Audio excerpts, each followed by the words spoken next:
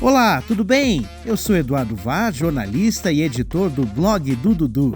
Há alguns dias fomos questionados no nosso programa de todas as manhãs, o Repórter Cidade, da Rádio Lagoa Dourada FM, sobre a existência de uma lei no Paraná que determina que, em eventos públicos, os organizadores são obrigados a fornecerem água potável gratuitamente. Bom, eu fui atrás.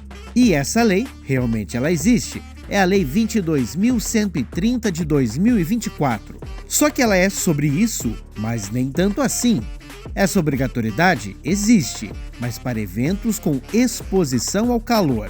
Como isso é muito complexo e subjetivo, eu conversei com a doutora Cláudia Silvano, coordenadora do Procon Paraná, sobre como tem funcionado a aplicação dessa lei. E olha, já te adianto, são muitos pormenores, tá? A meu ver, há muita subjetividade nesse texto. Essa entrevista foi veiculada no programa Repórter Cidade, mas, por conta do tempo da rádio, deixo ela na íntegra para você que acompanha o nosso podcast. Se preferir, tem também uma versão em texto desse conteúdo no blog do dudu.com.br. Obrigado pela audiência. Acompanhe o papo.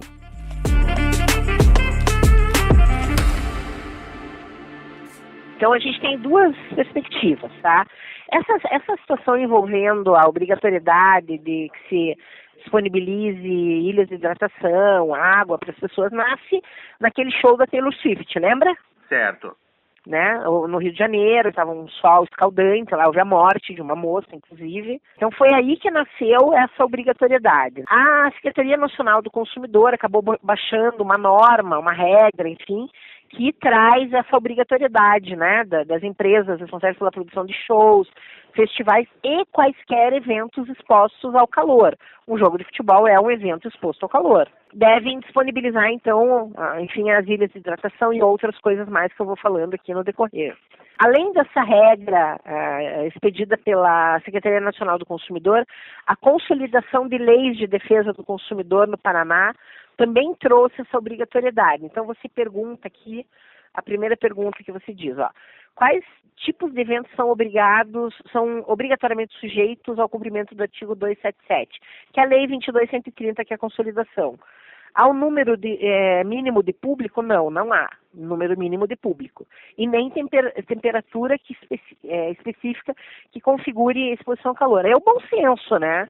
A gente tem visto no Brasil os verões com temperaturas bastante significativas. Então, a lei não especifica e nem deveria especificar. Essas regras, elas são muito aplicadas com bom senso, né? Então, por exemplo, você tem um local fechado.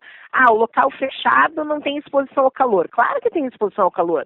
Se não tiver uma aclimatação no local, você pode ter sim um local que tenha um calor brabo dentro, né? Um local onde seja feito um show, um ginásio, enfim, que não tenha um sistema de ar-condicionado, você pode ter ou um número de pessoas bastante significativo, você pode ter um ambiente que requeira que as pessoas tenham acesso à água a todo momento. Então, a lei não traz e não deveria trazer, porque tudo vai depender do caso concreto, tá? Jogo de futebol realizado em estádio durante o dia, sob sol forte. Sim, é um evento, né?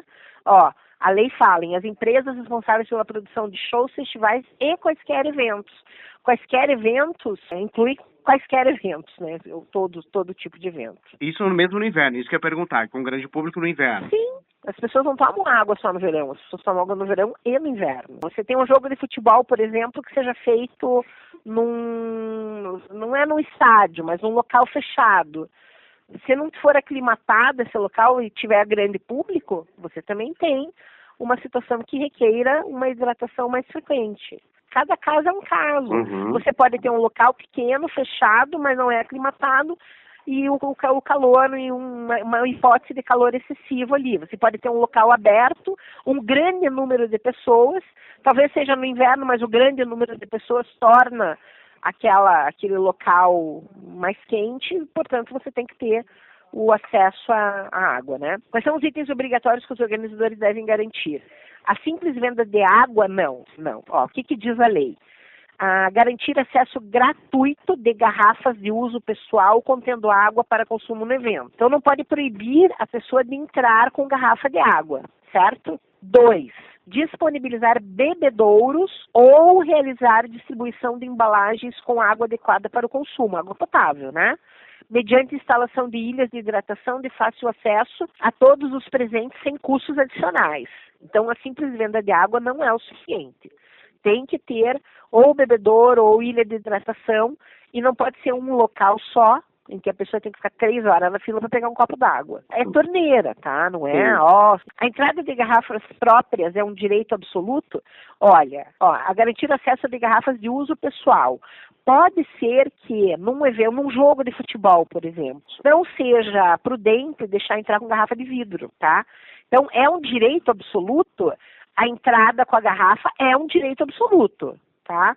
Mas a organização do evento, ela pode estabelecer que garrafas de água não podem garrafa de água. Por uma questão de segurança. Só que tem que avisar o consumidor antes, né? Você não vai entrar com uma garrafa de coca lá, né? Tá, então, por exemplo, aquelas garrafas térmicas que todo mundo utiliza hoje, elas podem ser proibidas, de metal. Uma garrafa de metal, ela acaba sendo uma arma, né? Ela acaba sendo um problema. Ela pode acabar sendo um problema. O ideal, mas aí o organizador do evento vai ter que informar, falar, olha, pode entrar com garrafa de uso pessoal desde que seja uma garrafa de plástico. A gente também, todo mundo tem que ter bom senso. O consumidor não vai chegar com uma garrafa de 2 litros de água, porque não é isso, né? A ideia não é essa, a ideia é permitir que as pessoas usem as suas garrafas, mas dentro do que é o usual. Todo excesso ele vai gerar, e não dá para olhar o ponto preto na folha branca só, né? Em caso de descumprimento da norma, o que pode acontecer com os organizadores? Bom, a lei tem várias sanções, multa, interdição, suspensão da atividade, tem uma série de sanções que pode, enfim, mas a sanção também tem que ser aplicada com bom senso, né? Aí me gera um novo questionamento que eu acho que é o mais importante de todos, Cláudia. Isso acontece no determinado momento. Quem é a autoridade naquele momento que o consumidor pode procurar para exigir o seu direito de fazer valer a lei? Polícia, né? Que é normalmente quem está mais perto ali. É a polícia, ou as fiscalizações dos PROCONs. Assim, eu tô falando de um modo geral, né? Nem sempre os PROCONs, eu tô falando do modo geral, veja bem. Os PROCONs têm estrutura de fiscalização que permita ir até todos os jogos, todos os eventos, as baladas, para ver se realmente a legislação está sendo aplicada. Mas veja, depois que essas regras começaram a ser divulgadas, não tem se eu disser para você que é um problema, é um foco de reclamação, não é. Isso surgiu através de um ouvinte do nosso matinal, do nosso jornalístico, reclamando sobre um estádio de futebol que nós tivemos onda de calor no domingo à tarde, 3 horas, jogo de futebol, o cara chega 1 hora da tarde e aí ele precisa pagar R$8 uma garrafa de água, né? Mas não tinha ilha de hidratação? Não, sem ilha de hidratação, sem disponibilidade. Uhum.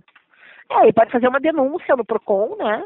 E o PROCON, então, vai, enfim, sancionar, vai agir com base no que prevê a legislação, né? Tem que ter ilha de hidratação. Tá? Mas não tinha banheiro com torneira, nada? Banheiro com torneira, sim, né? Banheiro com torneira, sim. Pois é, porque aí tem que ver, olha, tem banheiro, tem vários lugares com banheiro. É um estádio grande e tem vários banheiros, vamos supor. Você tem ali a possibilidade da pessoa encher a sua garrafa, né? Isso tem que ser olhado também, de novo, o bom senso, né? Talvez não tenha um equipamento de água do lado da pessoa, mas tem disponível, facilmente acessível, acessado, enfim. O consumidor pode denunciar a ausência de água gratuita? Pode. A ausência de água, no caso, a ausência de torneira ou ilha de hidratação, né? Há canais específicos, cada PROCON tem uma forma de atendimento. A gente atende online, o consumidor pode fazer o seu registro online, sua reclamação. O PROCON faz fiscalização preventiva? Sim, os PROCONs fazem. Eu falo por PROCONs do Paraná e de todo o país, né? Faz fiscalização preventiva, embora isso não seja um grande problema, né? Quando as regras entraram em vigor, a gente conversou com todo mundo, que isso foi amplamente divulgado, e não houve, como eu disse para você, um número de reclamações significativo. Cláudia, no caso, por exemplo, desse consumidor que entrou em contato conosco, o que você recomendaria que ele fizesse? Que ele fizesse uma recomendação ao PROCON que avaliasse essa questão desse estádio de futebol especificamente? Como é que seria? Sim. Procura o PROCON local, que é o PROCON de Ponta Grossa, né? Ponta Grossa. Procura o PROCON local, para que o PROCON local, então, faça a verificação, né? Se as ilhas de hidratação, o acesso a torneiras e tal, dentro dos banheiros ou dos locais, é o suficiente para dar conta dessa possibilidade aí de enchimento de garrafa, enfim, e a pessoa se hidratar.